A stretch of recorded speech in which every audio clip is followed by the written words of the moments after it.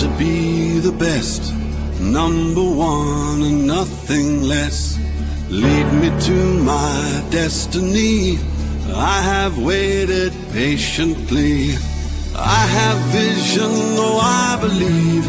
I know I can count on me. So stand up for the champions. Story.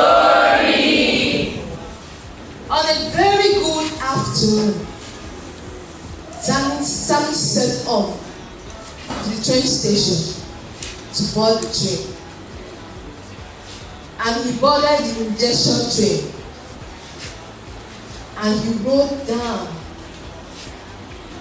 into a very thorny wetland called the mount. And in the mount there are some bandits there, very horrible bandits, and they were parted in sections called the teeth, the tongue, and the salivary glands. And he didn't know that he was going to undergo a process that was going to turn him around. That he's not going to be the Sammy that he thinks he was that entered into this place. So as he journeyed into the digestive system, he was masticated in this stony wetland. He was so masticated and rolled down into a passageway by the tongue. This tongue is a very soft and harsh ground, and it rolled him down. Oh, Sammy was now at this point very scared because he doesn't like darkness. And one of the gateways is called the upper esophageal sphincter and the lower esophageal sphincter. And this tunnel is called the esophagus. Sometimes they also call it the gullet.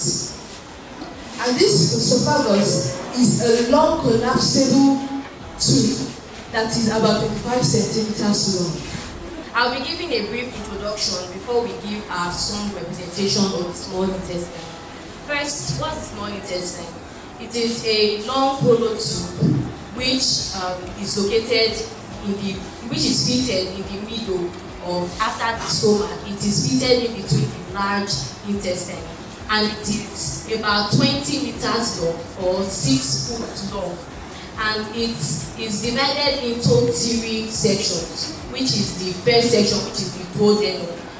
Then the second is the jejunum and the ileum. The duodenum is the first part where the secretions from the pancreas, the gallbladder, and the liver are released into.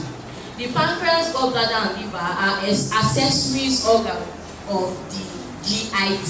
That is, they are not a major part of the gastrointestinal tract, but they assist in the process of digestion and absorption. Then the jejunum is the part of the small intestine where most of the absorption occurs. Then the ileum is the last part where the remaining nutrients that were not absorbed in the jejunum will be absorbed. Then we have secretions. The secretions in the small intestine that aid digestion and absorption, some come from the intestine, which are intestinal juices, and others come from these accessory organs. The pancreas secretes pancreatic juice, which is rich in bicarbonate ions, which help to dilute the gastric juice. You know the gastric juice is acidic. It helps to dilute it for enzymatic procedures to occur. Then the bile, which emulsifies fat and makes it easier to digest and absorb, is produced in the liver but stored in the gallbladder before it is released into the small intestine.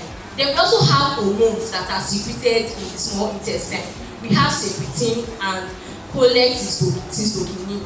This secretin, it stimulates the pancreas to produce the pancreatic juice. Then the cholecystokinin, it stimulates the gallbladder to release the bile into the small intestine. Good day everyone, our viewers at home. My name is Ewoma Precious and I'm a student in ND1 second cohort of Edo State College of Nursing Sciences. Our presentation today was an elaborate representation of the role play method which is essential to learning. It's just like teaching in kindergarten, where learning in picture representation helps the children to grasp more. So it allowed us to understand the topic and the subject better using this means. And using this method, we make the presenters and the listeners remember it more when it comes to exam condition or in real life cases. So the role play method is actually the best demonstrative method. My name is Swale Sosa.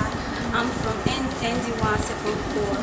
So the relevance of this presentation today is for us to understand the purpose of digestion. The main reason we did it is for the simplicity of the course. My name is Sunday Marvelous from second cohort ND1.